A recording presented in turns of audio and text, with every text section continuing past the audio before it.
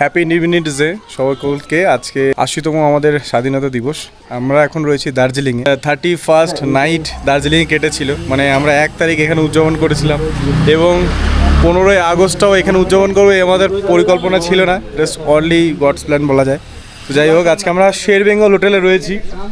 এই হচ্ছে Sher Bengal hotel, this the absolute luxury property. তো এখানে আমরা এখন স্বাধীনতা উদযাপন করছি, ফ্ল্যাগ উত্তোলন করা হবে হোটেলেই। সকল স্টাফরা এখানে চলে এসছে, আমরাও সেখানে সামিল হলাম, ভালো লাগছে। বন্দে মাতরম, মাতরম, বন্দে মাতরম।